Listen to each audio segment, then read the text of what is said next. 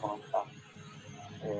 Que no, yo le estaba escribiendo para avisar para que pues, lo de la pérdula, lo de la cuota mensual, entonces ya le estaba escribiendo para eso, que pues, lo de la pérdula, lo de la cuota mensual, entonces ya le estaba escribiendo para eso. Listo, profe, ya pude aquí por este lado, por el celular.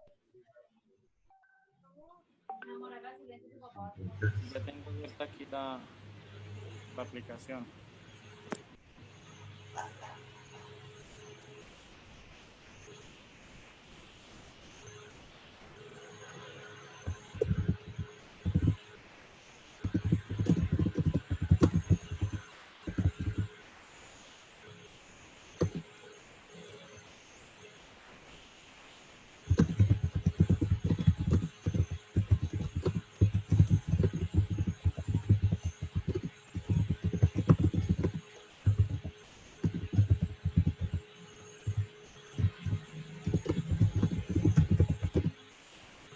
Profe, ¿me escuchó? Sí, sí, pero ensayemos.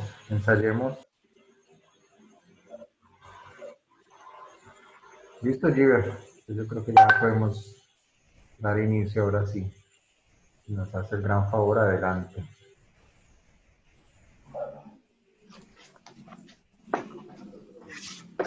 Listo. Entonces, pues buenas noches, compañeros. Instructor. Entonces, el tema que me correspondió fue los artículos de la RETIE, el 6, el 8, el 9 y el 18. Entonces, iniciando en el 6, tenemos la simbología. Entonces, son de obligatoria aplicación los símbolos gráficos contemplados en la tabla 6.1, tomados de las normas unificadas, la IEC, que es la Comisión Internacional Electrotécnica, la ANSI, que es el Instituto Nacional Estadounidense de Estándares, la CSA, que es la Asociación de Normalización Canadiense, pues me salió esa, y la IEEE, que sería el Instituto de Ingenieros y Eléctricos y Electrónicos, los cuales guardan mayor relación con la seguridad eléctrica. Cuando se requieran otros símbolos, se pueden tomar de las normas precitadas.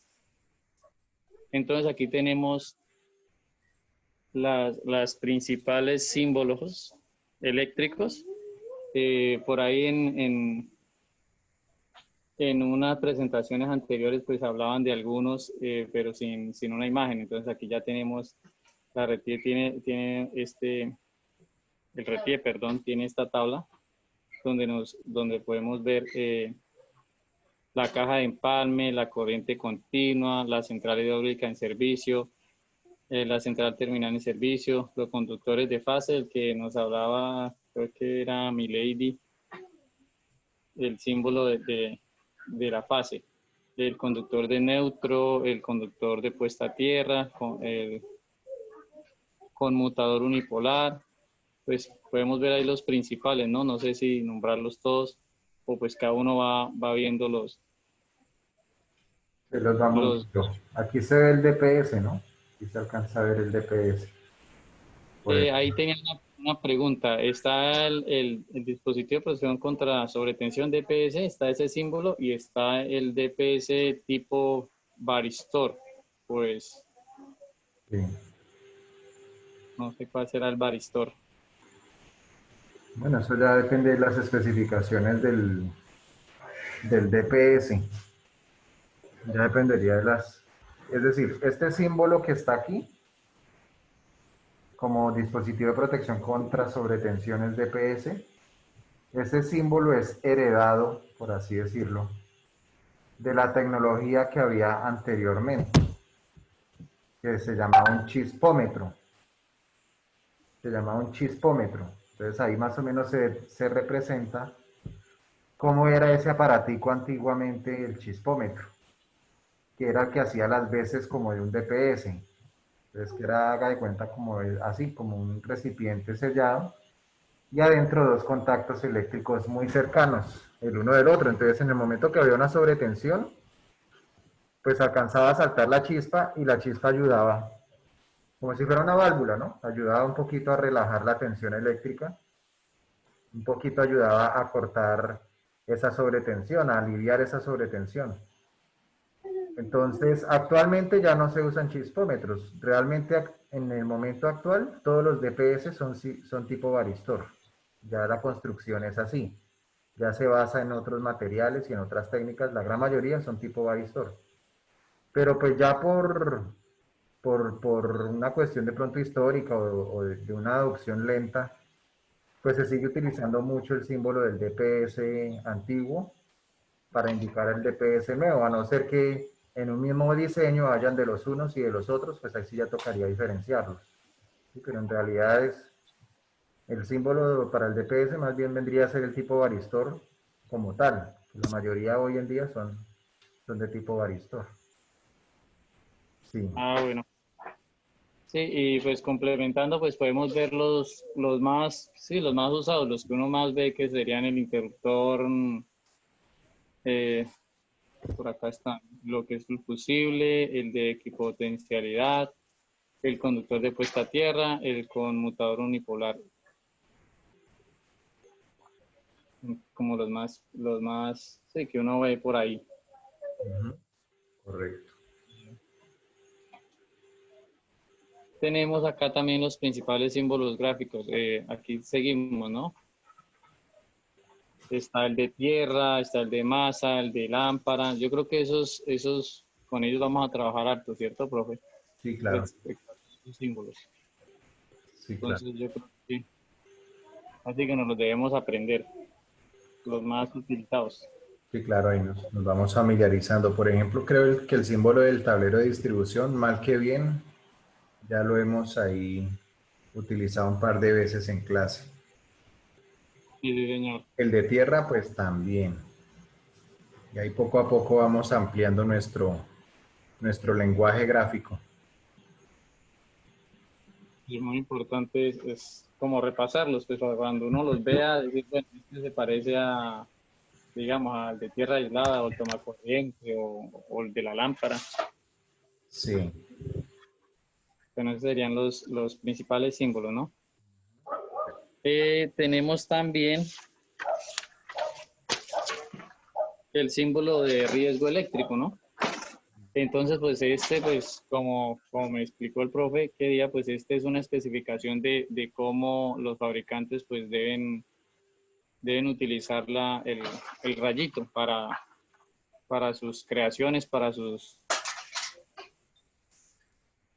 sí, cuando van a crear sí, las que se pegan, entonces ese es como las fórmulas para el tamaño y para que el rayito siempre sea el mismo, no importa el tipo de fabricante, sino que apliquen este mismo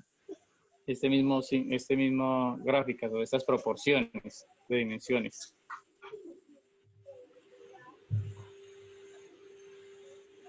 Listo, siguiendo, entonces pasamos a las 6.2, que sería la señalización de seguridad. El objeto de las señales de seguridad es transmitir mensajes de prevención, prohibición o información en forma clara, precisa y de fácil entendimiento para todos, en una zona en la que se ejecutan trabajos eléctricos o en zonas de operación de máquinas, equipos o instalaciones que entrañen un peligro potencial. Las señales de seguridad no eliminan por sí mismas el peligro, pero dan advertencias o directrices que permiten aplicar las medidas adecuadas para la prevención de accidentes. Aquí pasó algo. Ah, sí. Sí, esas son las. Entonces, ya también lo han tocado por ahí en otras presentaciones. Aquí tenemos lo mismo, la señal por tipos están las de advertencia o precaución, prohibición, obligación, información contra incendios, salvamento o socorro. Que la geométrica, digamos, de la advertencia o precaución, el pictograma es negro, el fondo amarillo, el borde negro. Los de prohibición pues son redondos, el pictograma negro, el fondo blanco, el borde rojo y la banda roja. Así todos los de prohibición pues tienen una banda roja. Los de obligación, la forma geométrica es redondo, el pictograma blanco, el fondo azul y el borde blanco o azul. Y los de información contra incendios es rectangular, el pictograma blanco, el fondo rojo. Los desarmamentos socorro rectangular o cuadrada, el pictograma blanco, el fondo verde y el borde verde. Aquí tenemos las descripciones. Entonces aquí tenemos el equipo de primeros auxilios, pues ya muchos lo hemos visto, que es negro y verde, y blanco, verde. El significa puesto de primeros auxilios. Esto está también el de materiales inflamables o altas temperaturas, el de materiales tóxicos, pues que es la calavera que muchos la hemos visto. El de materiales corrosivos, que es una mano pues carcomida pues de un material ácido. Materiales radiactivos, que es un trébol convencional. Eso lo vemos más que todo en las plantas nucleares. Riesgo eléctrico, que es el simbolito que ya conocemos que es el rayo. El símbolo de protección obligatoria de los pies, es las botas con el símbolo de riesgo eléctrico. El símbolo de prohibición, de prohibido el paso, ¿no? Que ya los ve uno por ahí en las normas de tránsito, que es un peatón con una banda atravesada. Estos serían, los azules serían los de obligación, ¿no? Que deben utilizarse protección para la cabeza, protección para los ojos, protección para los oídos y protección para las manos. Pasamos al código de colores. Eso sería el código de colores para los conductores. Entonces, en esta tabla, pues, la logré encontrar en colores para poder especificar mejor. Esto es lo que estaba hablando el instructor ahora rato. Está en Y, en delta, para la baja, media tensión. Creo que a este le falta un pedacito. Y le faltan las de más de 1000 voltios. Sí, más de 1000 voltios y sí, la de delta y la de Y. Pero pues están prácticamente las que las que vamos a utilizar Sí. más en nuestra familia residencial, ¿no? Que sería Residencial, entonces estaríamos en lo residencial, pues el uso de los sistemas que vamos a utilizar principalmente pues son el monofásico a 120 voltios, que es el primero que se ve acá. El que le sigue, que es, ahí dice monofásico a 240, fíjense la curiosidad, ¿no? No sé si han sido todos observadores, pero ahí se observa, o sea, ahí se mira que dice una fase, pero abajo dice 2 fases, 3 hilos.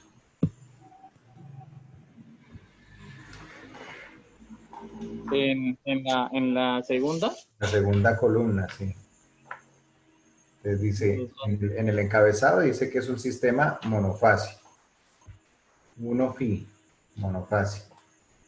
Pero más abajito dice 240, 120, 2 fases y 3 hilos. ¿Cierto?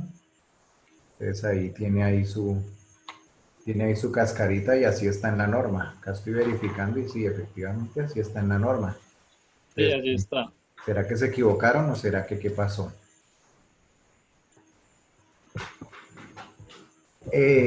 Bueno, la verdad es que en las normas y los mismos transformadores también, los fabricantes y todo eso, prácticamente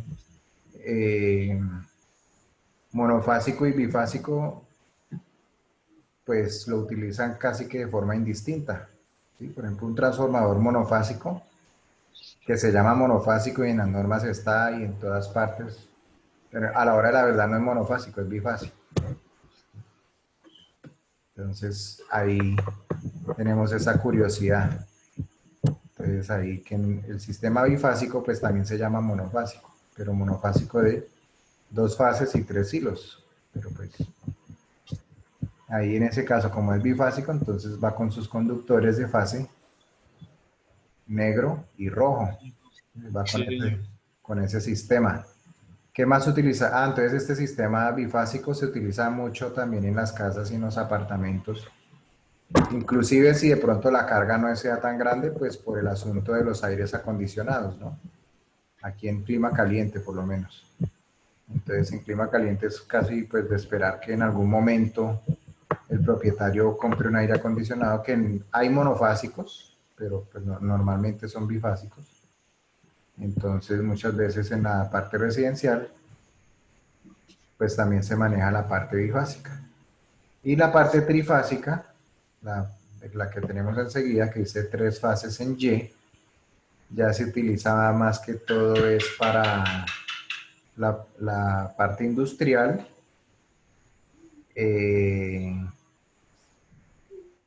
y para la parte residencial también, pero entonces ya no dentro de las viviendas, sino por ejemplo lo que hemos visto ahí en los ejemplos de las áreas comunes. Entonces, si es un conjunto, un condominio, o es una finca o algo así, hay bombas de agua, piscinas, todo eso, pues es un uso residencial, ya en la parte, digamos, recreativa, el salón comunal y todo eso, pero vamos a distribuir la energía con un sistema trifásico.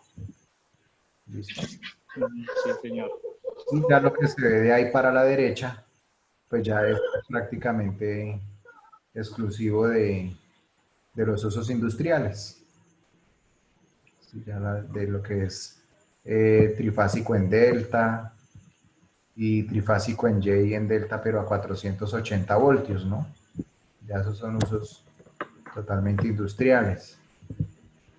El único diseño que yo por lo menos he hecho en trifásico 480 voltios fue para una fábrica precisamente de tubería eléctrica, ahí en Villavicencio. Las máquinas funcionaban a 480 voltios, pues tocaba manejar ese sistema, pero realmente todo esto ya es industrial. Sí. Listo, Giver, entonces retomemos. Sí, pues como dice el instructor, pues prácticamente lo que nos compete es hasta el trifásico, ¿no? Sí. Bueno, continuando entonces, tenemos también el código de colores para los conductores de corriente continua, ¿no? Ujú. Entonces el conductor positivo, el conductor negativo, el conductor medio y el de tierra protección. Sí. Bueno, acá esta parte pues no la entendí muy bien de lo que es TN-S. O sea, con conductor medio, sin conductor medio. Eh, pues le cuento, yo tampoco. Le debo la respuesta. Le debo la respuesta porque no tengo así mucha experiencia con los sistemas de corriente continua. No sé si de pronto alguien de los que están por ahí que de pronto han trabajado corriente continua, pero pues yo en corriente continua pues reconozco el cable rojo, el cable azul y el cable verde. Pero ya los otros sistemas que se mencionan ahí, conductor medio, sin conductor medio, pues no, la verdad sí me quedo, hasta ahí llega la frontera de mi conocimiento. Le debo la respuesta. ¿Listo? Listo. Entonces, sigamos. Bueno, el otro artículo sería el programa de salud ocupacional, que también es bastante extenso. Para efectos del presente reglamento, toda empresa o persona natural que desarrolle actividades relacionadas con la construcción, operación y mantenimiento de las instalaciones de energía eléctrica deben dar cumplimiento a los requisitos de salud ocupacional establecidos en la legislación y la regulación colombiana vigente y en particular la resolución expedida por el Ministerio de la Protección Social número 1348 del 2009 o la que modifique, adicione o sustituya algunos de los cuales se sintetizan en lo siguiente. Entonces, dice que todos los empleadores públicos, privados, contratistas y subcontratistas están obligados a organizar y garantizar el funcionamiento de un programa de salud ocupacional. Su cumplimiento será vigilado por la autoridad competente. El programa de salud ocupacional consiste en la planeación, organización, ejecución y evaluación de las actividades de medicina preventiva, medicina del trabajo, higiene industrial y seguridad industrial. Cada empresa debe tener su propio programa. En caso de que se desarrolle el programa en conjunto con otra empresa, se entiende que cada una tendrá su programa específico, pero podrán compartir en conjunto los recursos necesarios para su desarrollo. Elaborar un panorama de riesgos para obtener información sobre estos en los sitios de trabajo de la empresa que permitan su localización y evaluación. Los subprogramas de medicina preventiva y de trabajo tienen como finalidad principal la promoción, prevención y control de la salud del trabajador, protegiéndolo de los factores de riesgo ocupacionales. Establecer y ejecutar las modificaciones en los procesos u operaciones, sustitución de materiales, primas peligrosas, encerramiento, aislamiento de procesos, operaciones u otras medidas con el objeto de controlar en la fuente de origen o en el medio los agentes de riesgo. Delimitar o demarcar las áreas de trabajo, zonas de almacenamiento y vías de circulación y señalizar salidas de emergencia, resguardos y zonas peligrosas de las máquinas e instalaciones. Organizar y desarrollar un plan de emergencia teniendo en cuenta las siguientes ramas: rama preventiva, rama pasiva estructural, rama activa o de control de las emergencias. Adicional a estas medidas se deben estudiar e implantar los programas de mantenimiento preventivo de las máquinas, equipos, herramientas, instalaciones locativas, alumbrado y redes eléctricas. Asimismo, se debe inspeccionar periódicamente las redes e instalaciones eléctricas, la maquinaria, equipos, herramientas utilizados y en general todos aquellos elementos que generen riesgo de origen eléctrico. Entonces vemos que el programa de salud ocupacional pues es una obligación que las empresas deben cumplir y que además establece unas pautas muy claras en cuanto a todo lo que tiene que ver la salud pues de los trabajadores, ¿no? Más que todo la prevención.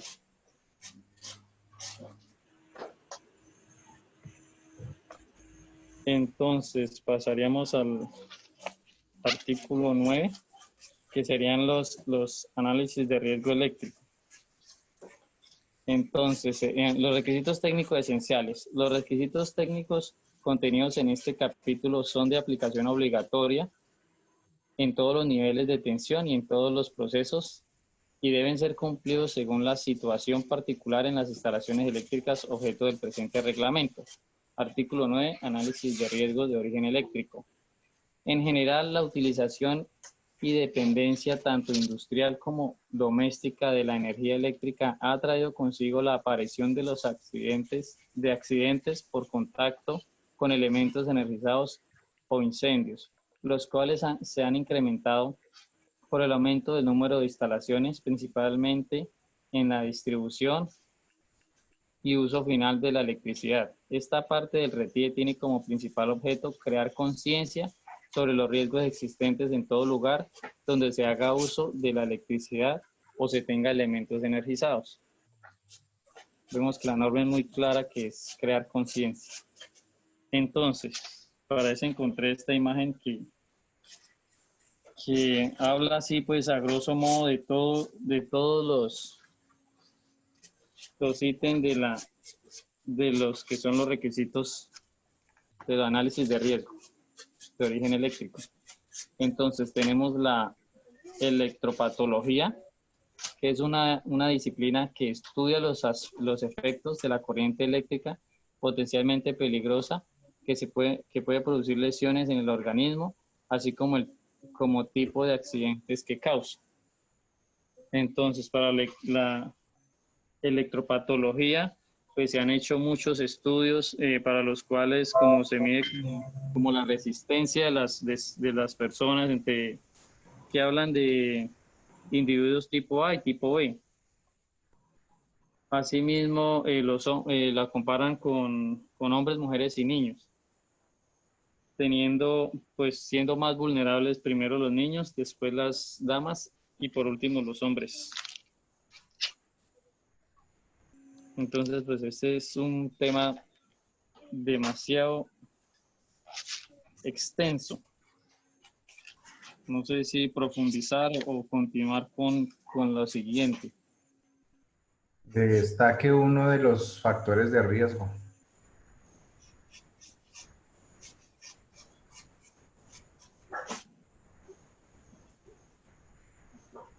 Eh,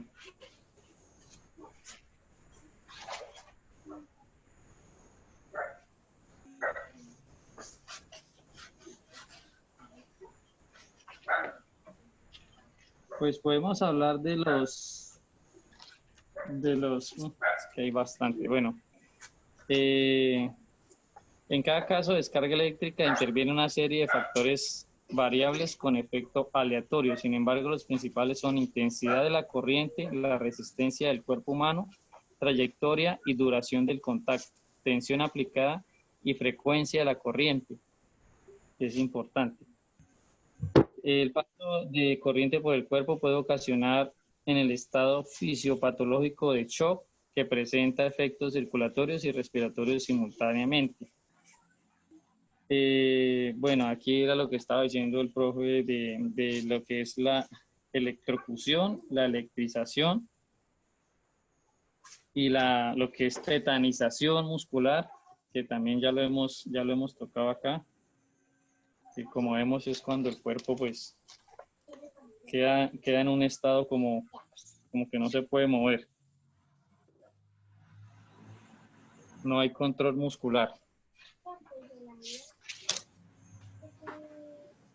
Pasaríamos al 9.2, que sería la evaluación del nivel de riesgo. Para los efectos del presente reglamento se entenderá que una instalación eléctrica es de peligro inminente o de alto riesgo cuando carezca de las medidas de protección frente a las condiciones donde se comprometa la salud o la vida de las personas. Entonces, muy importante realizar la evaluación de riesgo, ¿no? Entonces, pues vemos que están, lo que nos estaba explicando el profe ahorita también de las matices para los análisis de riesgo. En este caso no apunté la tabla, pero pues es la que estábamos viendo. El profe estaba haciendo el ejemplo respecto al trabajo que realizó, ¿cierto? Sí. Entonces, la matriz de análisis de riesgo con el fin de evaluar el nivel o grado de riesgo de tipo eléctrico se pueden aplicar las siguientes matrices para toma de decisiones. La metodología a seguir en un caso particular es la siguiente. Definir el factor de riesgo que se requiere evaluar o categorizar. Definir si el riesgo es potencial o real, lo que se nos estaba explicando. Determinar las consecuencias para las personas económicas, ambientales y de imagen de la empresa. Estimular dependiendo del caso particular que analice. Buscar el punto de cruce dentro de la matriz correspondiente a la consecuencia. 1, 2, 3, 4 o 5 y a la frecuencia determinada, A, B, C, D o E. Esta será la valoración del riesgo para cada clase. Repetir el proceso para la siguiente clase hasta cubrir todas las posibles pérdidas. Tomar el caso más crítico de los 4 puntos de cruce, el cual será la categoría o nivel de riesgo. Tomar las decisiones o acciones según lo indicado.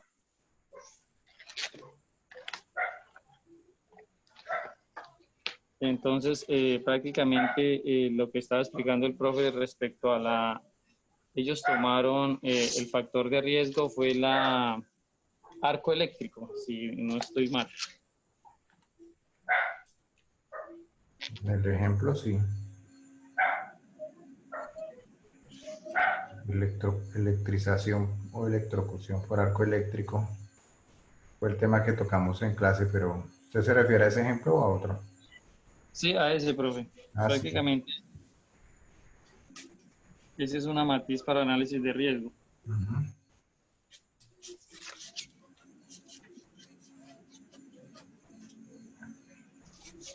Bueno, aquí están la matriz para análisis de riesgo que se realiza con el fin de evaluar el nivel o grado de riesgo de tipo eléctrico. Toda matriz de análisis de riesgo es de vital importancia para la toma de decisiones.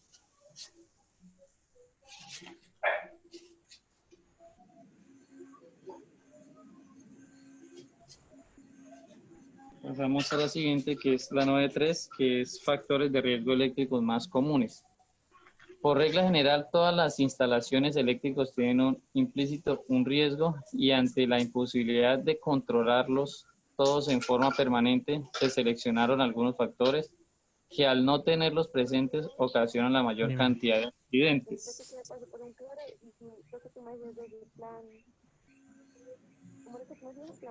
Entonces, aquí, ¿Cómo? ¿Te acuerdas de ese plan que tú me decías? El plan Power, el plan... ¿Quién, Ah, sí, ese 25, pero ya están 49. quién nos hackeó? ¿Quién nos hackeó? Ah, ya lo era 49, uy, no. Porque no te digo que eso era solo ese día. Freddy. Porque por Bueno, ya. Sí. Continuemos. listo, dice que se ilustran algunos factores de riesgo eléctrico más comunes, sus posibles causas y algunas medidas de protección. Entonces, esto también ya lo hemos visto, va a ser un recuento. Lo que son arcos eléctricos, posibles causas, malos contactos, cortocircuitos, aperturas de interruptores con carga, apertura o cierre de seccionadores con carga, apertura de transformadores de corriente, apertura de transformadores de potencia con carga sin utilizar equipo extintor de arco, apertura de transformadores de corriente en secundarios con carga, manipulación indebida de los equipos de medida, materiales o herramientas olvidadas en gabinetes, acumulación de óxido o partículas conductoras, descuidos en los trabajos de mantenimiento. Medidas de protección, utilizar materiales envolventes resistentes a los arcos, mantener una distancia de seguridad, usar prendas acordes con el riesgo y gafas de protección contra rayos ultravioleta. Vemos que el arco eléctrico a veces solamente por las condiciones del ambiente pues pueden llegar a suceder. Entonces es muy importante los elementos de protección, ¿no? Bueno, tenemos otro que es la ausencia de electricidad en determinados casos. Posibles causas: apagón o corte del servicio, no disponer de un sistema ininterrumpido de potencia, o sea, una UPS, no tener plantas de emergencia, no tener transferencia, por ejemplo, lugares donde se exijan plantas de emergencia como hospitales y aeropuertos. Medidas de protección: disponer de sistemas ininterrumpidos de potencia y de plantas de emergencia con transferencia automática. Estas plantas de emergencia con transferencia automática son las que se utilizan en los hospitales, porque ahí sí no puede fallar la energía en ningún momento. Por ejemplo, en el caso de las UCI que mantienen respiradores, no puede fallar la energía, sino pues imagínense el daño tan grande. Tenemos también contacto directo. Las posibles causas: negligencia de técnicos o impericia de no técnicos, violación de las distancias mínimas de seguridad. Medidas de protección: establecer distancias de seguridad, interposición de obstáculos, aislamiento o recubrimiento de partes activas, utilización de interruptores diferenciales, elementos de protección personal, puesta a tierra, probar ausencia de tensión, doble aislamiento. También contacto directo, posibles causas: falla del aislamiento, mal mantenimiento, falta de conductor de puesta a tierra. Medidas de protección: separación de circuitos, uso de muy baja tensión, distancias de seguridad, conexiones equipotenciales, sistema de puesta a tierra, interruptores diferenciales, mantenimiento preventivo y correctivo. También tenemos el cortocircuito. Posibles causas: fallas de aislamiento, impericia de los técnicos, accidentes externos, vientos fuertes, humedades, equipos defectuosos. Medidas de protección: interruptores automáticos con dispositivos de disparo de máxima corriente o cortacircuitos fusibles. Electricidad estática. Posibles causas: unión y separación constante de materiales como aislantes, conductores sólidos o gases con la presencia de un aislante. Medidas de protección: sistemas de puesta a tierra, conexiones equipotenciales, aumento de la humedad relativa, ionización del ambiente, eliminadores eléctricos y radiactivos, pisos conductivos. Equipo defectuoso, posibles causas, mal mantenimiento, mala instalación, mala utilización, tiempo de uso y transporte inadecuado. O sea, ya han cumplido su tiempo de vida. Medidas de protección, mantenimiento preventivo, predictivo y preventivo. Construcción de instalaciones siguiendo las normas técnicas, caracterización de entorno electromagnético. Rayos. Posibles causas. Fallas en el diseño, construcción, operación, mantenimiento de sistemas de protección. Medidas de protección para rayos, bajantes, puesta a tierra, equipotencialización, apantallamientos, topología de cableados. Además, suspender actividades de alto riesgo cuando se tenga personal en el aire. Sobrecarga. Posibles causas, superar los límites nominales de los equipos o de conductores, instalaciones que no cumplen con las normas técnicas, conexiones flojas, armónicos, no controlar el factor de potencia. Medidas de protección, uso de interruptores automáticos con relés de sobrecarga, interruptores automáticos asociados con cortacircuitos, fusibles bien dimensionados, dimensionamiento técnico de conductores y equipos, compensación de energía reactiva con banco de condensadores. Este tema es amplísimo. Tensión de contacto, posibles causas, rayos, falla a tierra, fallas de aislamiento, violación de distancias de seguridad, medidas de protección, puestas a tierra de baja resistencia, restricción de acceso, alta resistividad del piso, equipotencializar. Tensión de paso, posibles causas, rayos, fallas a tierra, fallas de aislamiento, violación de áreas restringidas, retardo en el despeje de la falla. Medidas de protección, puestas a tierra de baja resistencia, restricción de accesos, alta resistividad del piso, equipotencializar.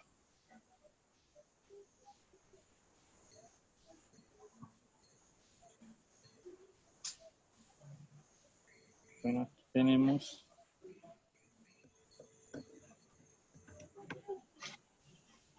Factores de riesgo 5 y factores de riesgo 6. Bueno, ahí los agruparon en 2. sí, Listo, bueno. contacto directo, pues, cortocircuito. Y sí, aquí están los otros. No, creo que ya usted mencionó, faltó tal vez el de tensión de paso y de contacto, pero bueno. Sí, no, ya los nombré. ¿Sí? Pero sí, pero en este. La plataforma nos va a expulsar ya por cuestión.